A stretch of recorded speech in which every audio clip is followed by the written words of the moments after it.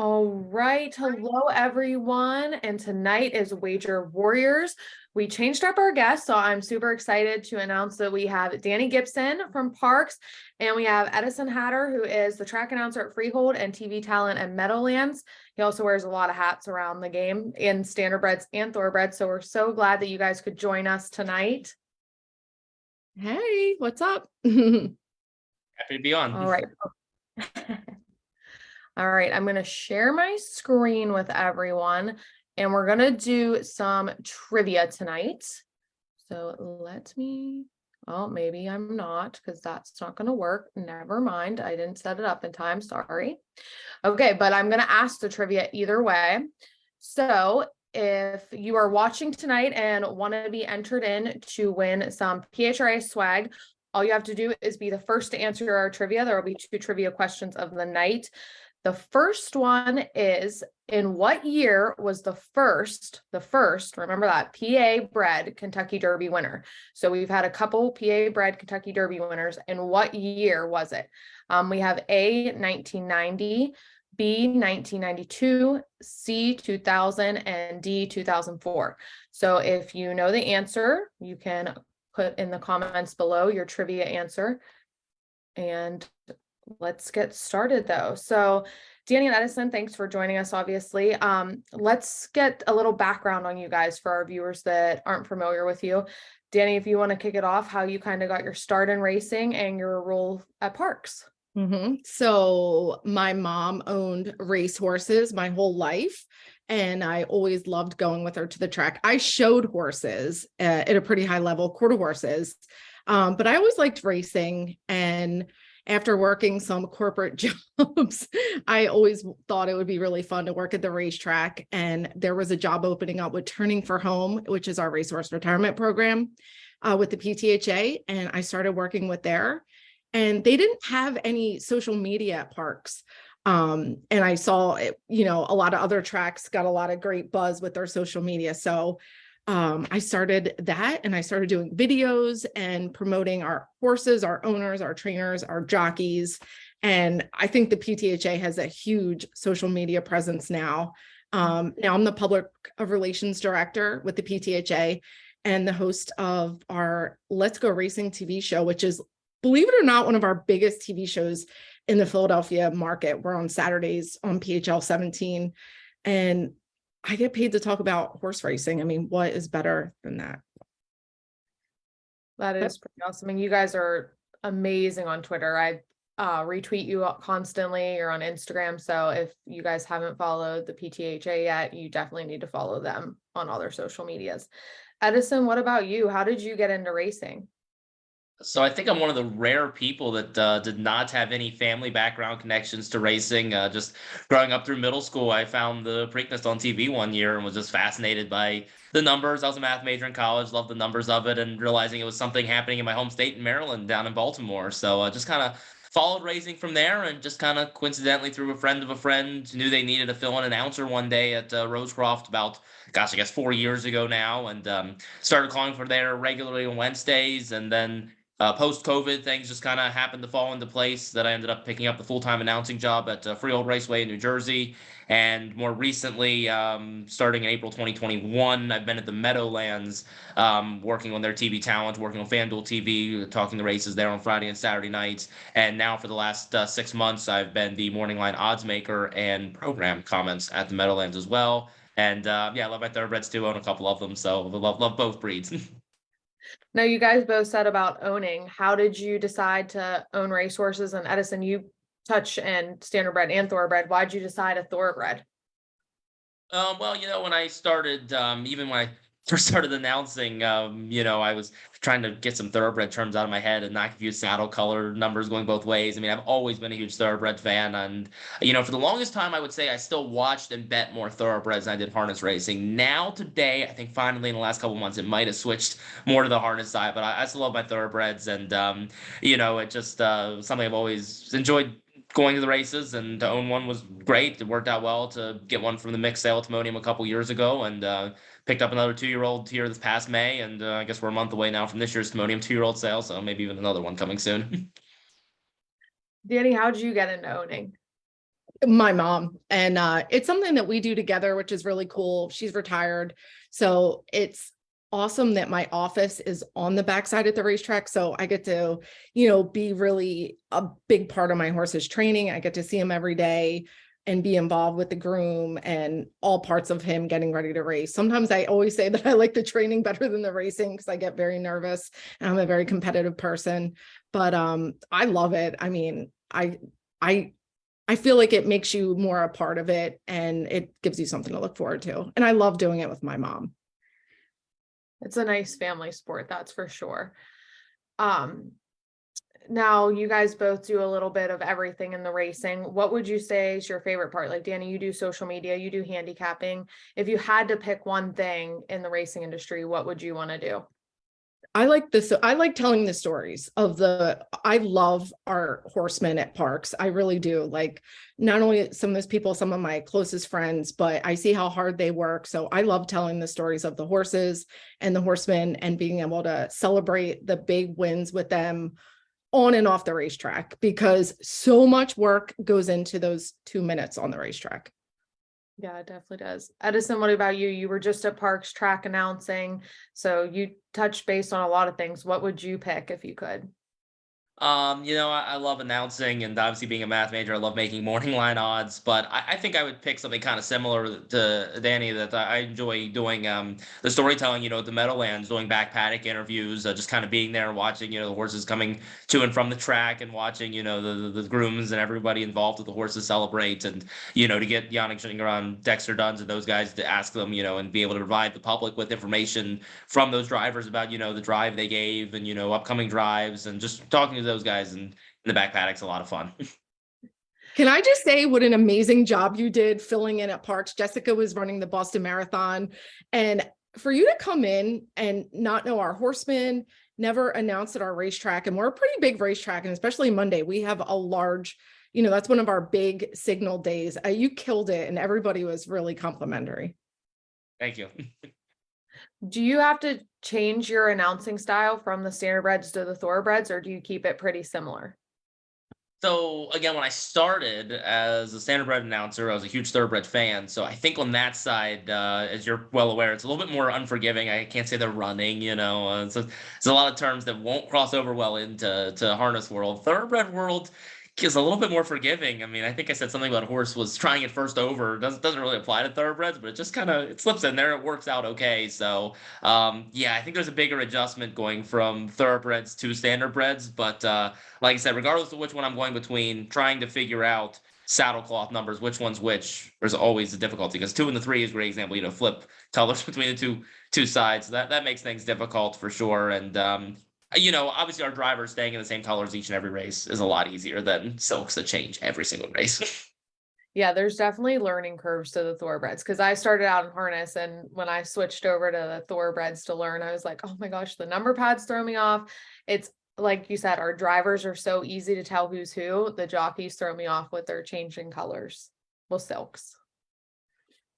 Now, so this Wager Warriors is a lot about betting, and I wanted to talk little bit about types of bets. So we obviously have our straight bets, the win, play, show, our exotic bets, and then our horizontal wagers, which are like our daily doubles, our pick threes, picks four. And if anyone's watching that doesn't know what we're talking about, you can log on to penhorsracing.com. We have all our betting terms. Dani and I actually shot a lot of videos to teach you like understanding the odds, what these wagers are. So make sure to check out our website because we have a lot of stuff on there. But now when you guys are handicapping and putting in bets, do you have a specific bet you like to stick with? I keep it simple, the win bet. I mean, there's nothing more rewarding than, obviously the exotic bets are fun and you can, make more money, but if I like a horse, I go all in. And I just think keep it simple. Edison, what about you? So win bets are always good, just one single race to get a win. I will say I am just so not a vertical player. I think picking a horse to win is tough enough. I really struggle to handicap for second, third, and especially fourth. Super effective players I give incredible kudos to, but obviously, again, payouts are great. But what I do love is horizontals. I've always fallen in love with horizontal wagers to just be able to play a pick 4, a pick 5, a pick 6, and just kind of, handicap one, singular bet, put it in, go grab a drink and watch racing for the next couple hours. And ideally, that one ticket gets me through the entire day. I agree. Mm. Now, do you guys look for any carryovers or anything, or you just don't care? You'll just bet a race to bet a race. I don't care. If I like a horse, I'm going to bet it. I don't worry about the carryovers. I mean, it's always nice and whatnot, and I think and I'm sure many other people out there too will obviously pay special attention to a track or a place, with a carryover. But I'm going to play a lot of races with or without carryovers for sure too. Now, when we're going into making those bets, what do you look at to handicap a horse? Like, what's going to make you throw a horse off a ticket? What's going to make you automatically put them on a ticket? Dani, if you want to go first. Yeah, I'm going to be a little more intricate than some people because obviously I'm at parks, so I can put a lot of different elements in there because I am there and I know our horses so well. But if I'm just keeping it basic, numbers, I mean, if a horse's numbers don't even compare to the other horses, yeah, I'm going to throw them out automatically. Edison, what about you? I guess I'll answer a little bit more on the harness side, and there, especially at Freehold, the meadows, the smaller tracks. I think that a big deal of it is obviously post positions, especially like Freehold and a half-mile track. So, of course, moving from the outside to the inside is almost a must use. And alternatively, of course, going from the inside to the outside, if they couldn't win from the inside, is probably a toss on the outside if they're going to take a lot of money. So, I think post position, as you're well aware, on the harness side, I think is a massive, massive factor in betting. Yeah. Now, do you guys look at the trainers, drivers, jockeys, or do you kind of just go by the numbers and the past performances? I don't think jockeys are as important. Obviously trainers are going to be a little important, but I think ultimately it's just if the horse fits in that race. Again, I'm going to be a little more complicated at parks because I can layer in so many other factors. Like I know the horse's running cycles. I know how they look in the morning. I know how they looked last time they race, if they look better, worse. And we have a lot of claiming at parks. So a lot of trainers claim and drop them down to easier races to get the win. So I'm going to use a lot of more intricate things in my handicapping, but ultimately, I think it's the numbers. And, if the numbers are, solid and tower over the other field, then I think it's just a faster horse. Yeah. Edison, what about you? Yeah, I think there's a lot of horses that I'll like on paper for a thoroughbred race that, regardless of the jockey, I'll usually go with, and it might be including a good bit about the trainer. But of course, harness side, I would say it's kind of the opposite, that you obviously are paying attention to, Nancy Tactor and Ron Burke and, those top barns, but the drivers are also really important. And obviously, a switch from a lower percentage guy to a Dexter Dunn, a Todd McCarthy, a Tim Teacher can just instantly, it seems, improve a horse a couple seconds. And that's something I think massive to consider when handicapping, but you got to be careful betting it because sometimes they'll kind of overbet a horse. Sometimes, just because the horse is going from, Edison Hatter driving to Dexter Dunn doesn't automatically mean it should be like 1-5 in that field. Yep. I'd like to see that too, actually. We should set up a match race with you guys one day. I think that would be fun. Dani, have you ever sat behind a standardbred? I have, but not on the racetrack. And I really want to do it. You guys know I'm hooked, right? When I went to Harris, I had the best day ever. I had so much fun in the starting gate cart, but I want to come back and I want to get in the bike really bad. We need to take you out and get you in the bike. The starting car probably is the best spot you can be to watch a race. I think, I just think that's the funnest thing ever, but sitting behind a horse is fun. Edison, have you jogged before and everything? No, you know what? I continue to add it to my list. I know I've got so many offers from farms. I just got to go to one at some point and do it. But no, I've still never sat behind a horse, but I really, really want to do it. Oh, yes, we need to get you guys in the jog cart. It is fun. As long as the horse is good. You don't want something too fast. Now, we talked a little bit about types of races. You had mentioned claiming races, and then there's the condition races and stakes races.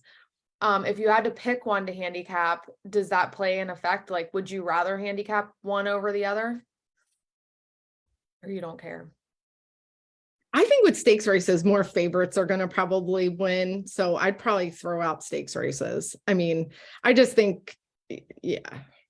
Probably. But I don't really care. Edison, what about Thoroughbred side, yeah, I mean, I don't know. I guess stakes, you do get some favorites to win, but I think the stakes races are really exciting, all the way from, the Kentucky Derby down to a couple $100,000 stakes coming up Parks next Monday. I mean, I think stakes races are really exciting. When it comes to the harness side of things, obviously over there they use a lot of those Trackmaster ratings to determine some races and fields and stuff, and I think that produces some interesting fields there of horses that just kind of fit at all different levels, and those are kind of fun little puzzles to me as the morning line odds maker to make a line for, and then also to handicap and for the public to bet. I think those races are really exciting, but I'm always in parts of the stakes races. If not for the betting value, at the very least, to see our top stars in action is always positive. Absolutely. And the Kentucky Derby has so many horses, so you get such amazing odds. Yeah, So- and we're excited. We have a PA bred in the Kentucky Derby this year, so I'm hoping to see him in one of the top spots. I love him. I like love him. And I know we have to see what post position he gets, but I have such a good feeling about him. I was not impressed at all with me and Dick Girardi. We watch all the races really closely. We weren't impressed with the Louisiana prep races, but we thought Arkansas was really, really good, and Florida, obviously, but I like him a lot. And the Pennsylvania horse breeders are going to be out there covering all the behind the scenes with Angel of Empire and Flavian Pratt, named to ride him. That's huge. So Brad Cox is loaded. Yeah, I think it's going to definitely be a good Derby this year, from what I've seen so far of the horses that are hopefully going to be in it. I think so. I think Japan might jump up and surprise us. Now, with the types of races, do you guys change your handicapping style from like a stake race to the condition races, or do you stick with how you handicap's how you handicap? Yeah, how I handicap is how I handicap. Yep, Edison.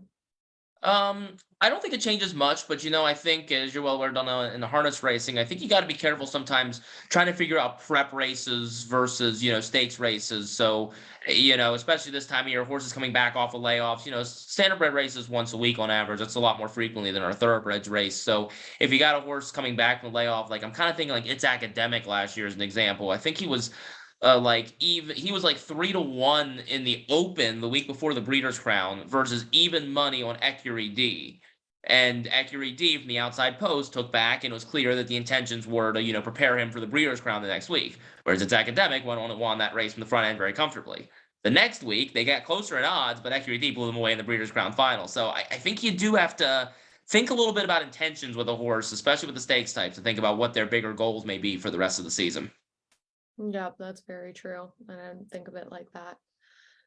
And now, we'll talk a little bit about odds too. Do you let the odds play into what you're gonna bet on? Like you want to bet a favorite? You kind of like to go something with higher odds?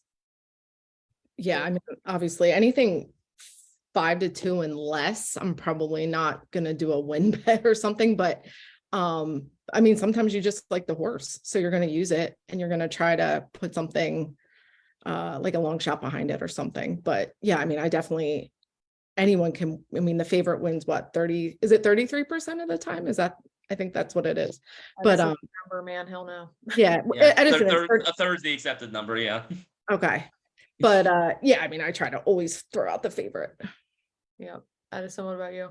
Yeah, see, I'm the opposite. I'm a very admitted happy chalk player, which is probably all the more reason that I like my horizontal wagers to just kind of, if I really like a favorite, maybe not a win bet kind of horse, but if I can single them in a pick 5 and then maybe pick another race where I don't like the favorite and use, 4 or 5 deep, avoiding the heavy favorites, that always helps with a payout like that. So now I'm admittedly a fairly chalky player at times. Now, Edison, you talked a little bit about morning lines. Will you explain to our viewers like what that is and how you come up with morning line odds? Sure. So the morning line is how the odds maker thinks that the public will bet the race. So with that in mind, a good morning line would imply that the odds listed in the program are close to how the public bets the race. If a 30-1 horse wins the race and he was 30-1 on the morning line, that's a good morning line. The public bet the race how the odds maker thought it would. So it's not how the odds maker thinks the race will unfold. It's just how he thinks the public will bet the race. And yeah, there's a proper mathematical formula to use to, ensure that you're using the correct odds to, you're not, the way the money's gonna be bet, obviously, and paid out, that, the odds are gonna balance out correctly. And yeah, in terms of just making it, processing of it, it's just kind of, for me personally, everyone kind of does it differently, but I try to identify first and foremost who the long shots of the field will be, and I can assign them a 15 to 20 to 1 line, and that starts pretty easily. And then from there, I just try to identify who my couple favorites are, and then kind of massage and figure out the order a little bit of, okay, I think this one's the favorite, this one's the second favorite. And of course, and with thoroughbred lines makers as well, same deal. You kind of give a preliminary line on the first night, and then you'll get the final changes, final jockey changes, final driver changes, and that will of course affect, knowing Dexter Dunn picked the 1 horse over the 2 horse, the 1 horse is probably a little bit shorter as a result. So those final choices, when they come out, for us, the Meadowlands, they come out Wednesday and Thursday mornings, is when I finalize the line then. You guys get a lot of heat too. It's not an easy job. It is a textbook thankless job. You only, I mean, you know what? I was just looking about it. An unnamed thoroughbred morning line odds maker. They were all over because he messed up one race on a card today, and he got every other race right. But nobody cares about that. They know the one that's wrong. So yeah, it's a thankless job. You only hear when it's wrong. That's so true in a lot of these jobs. Everyone that's watching, I want to remind you that we are doing trivia. The winner will be whoever answers our trivia question first. So the trivia question is in the comments, but it is, in what year was the first PA bred Kentucky Derby winner? A, 1990, B, 1992, C, 2000, or D, 2004. So if you have the answer, make sure you comment below. And if you have any questions for Dani or Edison during this live, you can also comment below and we will get to your questions in the comment section. So now going back forward with you guys, let's talk a little bit about what's upcoming. So Parks has a lot going on. Dani, tell us a little bit about what we have coming up. We have a lot coming up because, with the good weather and the Triple Crown races coming up, first thing we have, and I'm super excited, we have our Turning for Home charity golf outing coming up May 4th. And we have a Flightline halter to auction, which is amazing. I think Flightline's arguably the best horse that we're going to see in a long time. I mean, he's our horse of the year for 2022, Breeders' Cup champion, superstar, son of Tappet. And the farm was nice enough to take it off his head and give it to us to auction. So we're going to raffle that off at Parks on Kentucky Derby Day.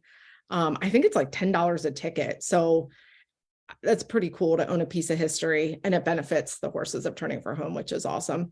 We're racing. We have live racing on Saturdays for the Triple Crown days. So Kentucky Derby Day, Preakness Day, Belmont Day.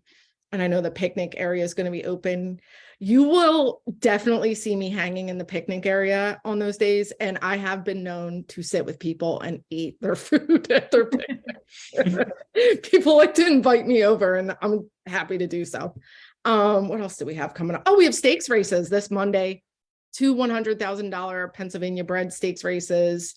And I mean, you're going to see some local superstars. I'm really excited about some of the horses. What else? That's it. That's a lot. We have a lot of cool stuff coming up. I'm excited.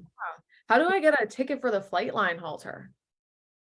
Buy one. I'll get you one. You can if you can Venmo me the money, or Turning for Home, and I'll write your raffle ticket and I'll put it in. And we're drawing on Kentucky Derby Day, and I'm not even joking. The halter smells so good. Like, I won't put it down. It smells like him. It smells like greatness. I want it, but I don't think I can. I don't think I can put a ticket in. And not to interrupt, but real quick, we did have a winner of the first trivia. So Seth is our winner. We will be sending you PHRA swag. So just message us your address. And then I do have a second trivia for the night. So whoever answers the question first wins PHRA swag. The second one is for the harness side. Which driver holds the world record for the most wins? A, Tim Tetrick, B, David Miller, C, Aaron Merriman, or D, Dave Pallone. Do you guys know that one? You can't say it out loud, but do you know? I knew the other answer, but I don't know this one. What was the other answer? 92. Little E2. Okay, you see, I knew I was going to get trucked. I knew 04. I was thinking Smarty Jones, but I knew there's something had to be before that. Yeah. The second one, I'm more confident I know. I only know that because one of the trainers helped break him at Parks, Mariah Montoya. She was friends with the breeder, Little ET, and we talked about it not that long ago. So that's how I knew about it in the time, which is really awesome. Yeah, so I did a kind of a deep dive back into the PA breds, and then we did a throwback last Friday of him winning the Kentucky Derby, and then I think we had Smarty Jones last Friday too. So we've been trying to do some throwbacks too. So if you follow our social media accounts, you would know the answers to some of these. Now, Edison, what do you have going on? You travel all over. So what's your schedule like? Oh gosh, well, it's a mess coming up here. Let's see. Well, for us at Freehold, where I'm full-time track announcer, our big day of the year is coming up on Kentucky Derby Day, first Saturday of May, the Dexter Cup, the Lady Suffolk. The Dexter Cup is technically the first step on the road to the Hamiltonian, first Saturday in August, the Meadowlands, but it's kind of the same deal as the thoroughbreds that, it's kind of tough to keep a horse in form that long, so it's not too often we see a Dexter Cup winner go on to win the Hamiltonian, but we do have some exciting eligibles to that race. We look forward to a good stakes start to our season. Up at the Meadowlands, well, Kentucky Derby is also kickoff to our championship season. So, we will run through Hamiltonian Saturday racing every Friday and Saturday. Of course, the Meadowlands Pace comes up in July, Hamiltonian in August. All sorts of our big stars are starting to qualify. We have 15 qualifiers this Saturday at 10 a.m. at the Meadowlands. And I will say for everybody in the area this summer, if you're looking for something to do in the morning, 9 a.m. baby qualifiers at the Meadowlands is a really exciting time to watch all of our 2-year-old stars on the track, watch them qualify. Nice quiet morning, yourself at the track. We give free breakfast as well there in Trotters. You can go grab a bagel and a coffee and go out and watch the races. And that's just a fantastic thing to do while we're there. And I guess to cover the Pennsylvania side of things, at least, just because, close enough colleagues of mine. See, Philly, obviously, they've just started their season 2 weeks ago now. So Harris Philly's going to race through the rest of the year. They'll come into some Grand Circuit action as well throughout the summer. Pocono Downs going through the White Series right now, the usual Game of Claim series. They race Saturday through Tuesdays. And the Meadows I can talk a little bit more about just because it sounds like through all the podcasting and shows and stuff I do with them, we're working out a deal for some of the big days out at the Meadows. So, of course, they will continue their racing. Just came back from a week hiatus this week. And they will have Adios at the end of July, which I know you've been a part of the coverage out there for as well in years past. And, of course, PA Sire Stakes Finals come up in early September. So those are a couple of big days that I'll hopefully be a part of out there this year. How do you keep track of all this? Look at you go rattling all this Yeah. off. Do you have an iPhone to use a count? Like, I got to see your calendar. It is over my shoulder in this room here, actually. My good trusty Taylor Swift calendar has all my dates and stuff on it. And Oh, we I'd say love Taylor Swift. the other exciting thing on my calendar besides Taylor Swift concert next month is Elite Lop, going to Sweden at the end of next month for Elite Lop in Stockholm. So Oh, that's Oh, awesome. that's exciting. Everyone that has been there that I've talked to has always said positive things. So I'm jealous. That's exciting.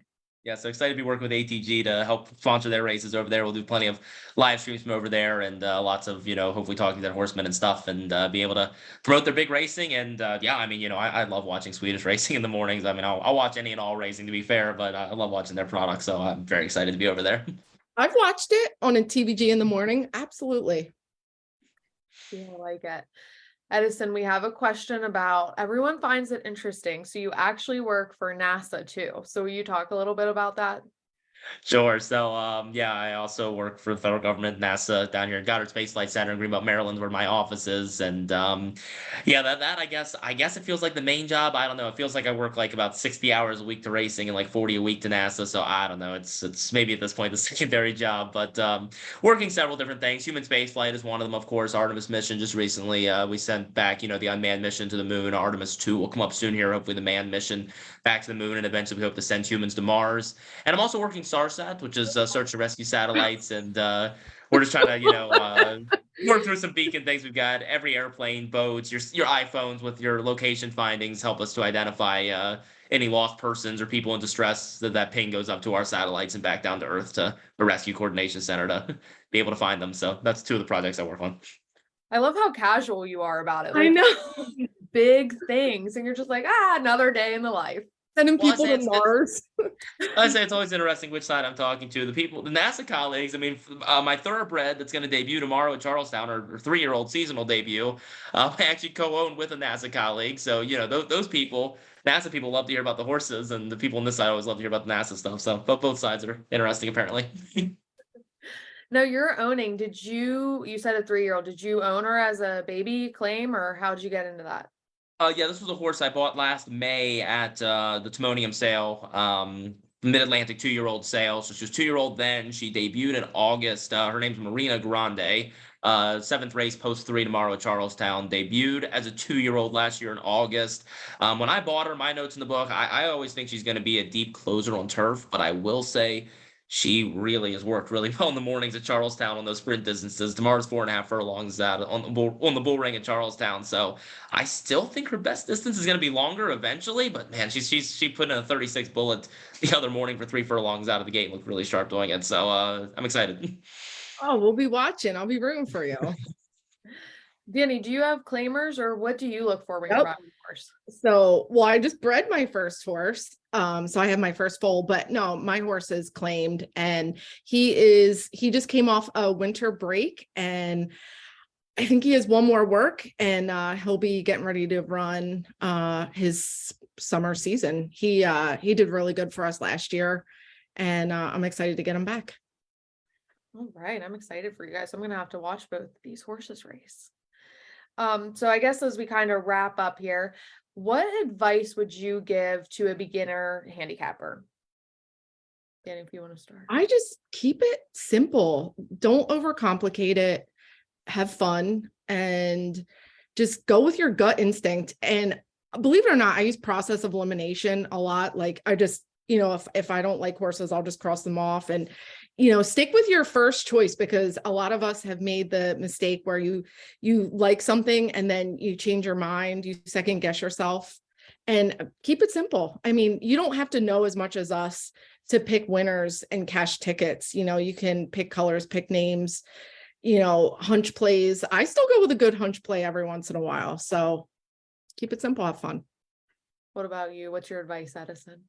Yeah, I mean, I would echo pretty much the same things. Keep it simple, keep it fun. I mean, my mom claims to know very, very little about racing in general, and she came up with Rich Strike last year as her Derby pick from I don't even know where. So, I mean, clearly you don't have to be any sort of expert. Sometimes it's better to know less, I think, actually, to being successful. But what I will say is, if you plan to be serious about it, and Danny, I'll ask you, I don't know whether you do this or not, but something I think is important to do that I still do today, and it was especially important to do when I started, is after race is over, to be fair, win, lose, however you do, I think it's important to go back and look at the race, figure out how you handicapped it, especially in harness racing, figure out, did it go the way you wanted, the way you thought it would. Oh, I thought the 2 would be on the lead, but the 4 ended up on the lead, and, the 2 clearly doesn't race well off the pace, so it makes sense that why my 2 didn't do very well, that kind of stuff. I think it's important to go back and try to kind of check yourself and figure out why you were or weren't successful in that race, and that's good information to file away for later.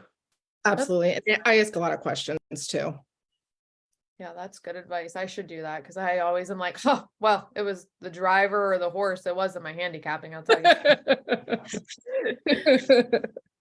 What about success stories? Do you guys have any good success stories of handicapping that was like a long shot or just something exciting in the business that you would want to share? I guess my best handicapping day was probably Preakness 2 years ago with Rumbauer. I think he was pretty long odds, and I just knew this horse was going to win, and I bet him with everything. It's actually like the most money I ever made at a racetrack. It was so much fun. I had the best day ever, and I'm pretty sure I gave it back to them pretty quickly. But yeah, I mean, and I'm still upset about Rich Strike, and I'll tell you why. I went to the Kentucky Derby, and Sonny Leone is like the only jockey that I personally know, and he rode Rich Strike, and I did not even bet him. Oh, missed opportunity. Yeah. Oh. Edison, what about you? Give us a success story. This is probably what got me deep into this industry to begin with, was a Santa Anita mandatory pick 6 payout in I was still in college, late 2018, I think it was. And I remember I just put together some $20 ticket. I was pretty happy with handicapping of it. I think it paid somewhere around 12,000. And my roommates at the time didn't really understand exactly what I was rooting for in that last race, hoping for this horse to win. But I always remember it was Neptune Storm in the 11th final that day at Santa Anita, and the horse looked kind of helpless at the top of the stretch, but just kind of the Red Seas parted, and he found his way through at the rail and got up to win that turf finale. And yeah, I think that was at least one of the major things that got me hooked. Besides also being justifies Triple Crown, that Preakness in 2018, a couple months earlier, and I hit that superfecta in that race, and I was pretty proud of that. And yeah, I think watching that race combined with that Sandia story really, truly, I think got me fully hooked. Well, if you guys ever want to send me like some hot tips, a nice ticket that you think will do well, I'll take it. Well, you have success stories. We can also give you the other side. So Yeah, I know. I just had one yesterday. Yeah, those aren't as fun. No.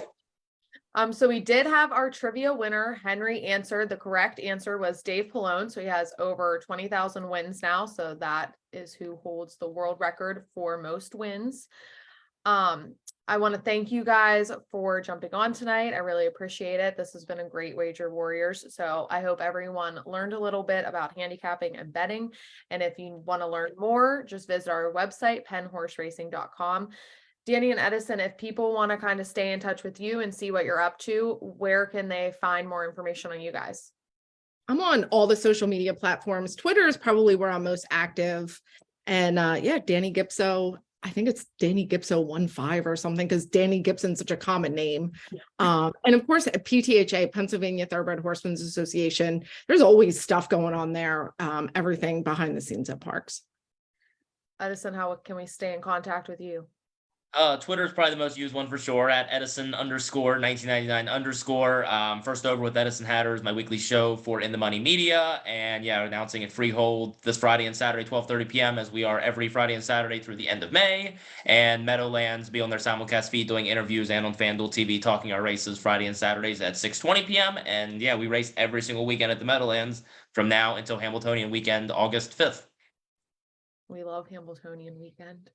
Well, thank you guys for joining us. Like I said, anyone watching, make sure to visit our website, penhorseracing.com. We are having a Kentucky Derby webinar on May 3rd. So we're going to deep dive into the Kentucky Derby field and the Kentucky Oaks field. So if you want to join our webinar, just log on to penhorseracing.com. It's right on our homepage. So Dani and Edison, thank you so much for jumping on. Best of luck to your horses racing, and it's going to be a good summer season. So I hope our paths cross this summer. Definitely. Good luck tomorrow, Edison. Thanks, Dani, and thanks, Donnell. Yeah, Bye, guys. thank you guys. Good night.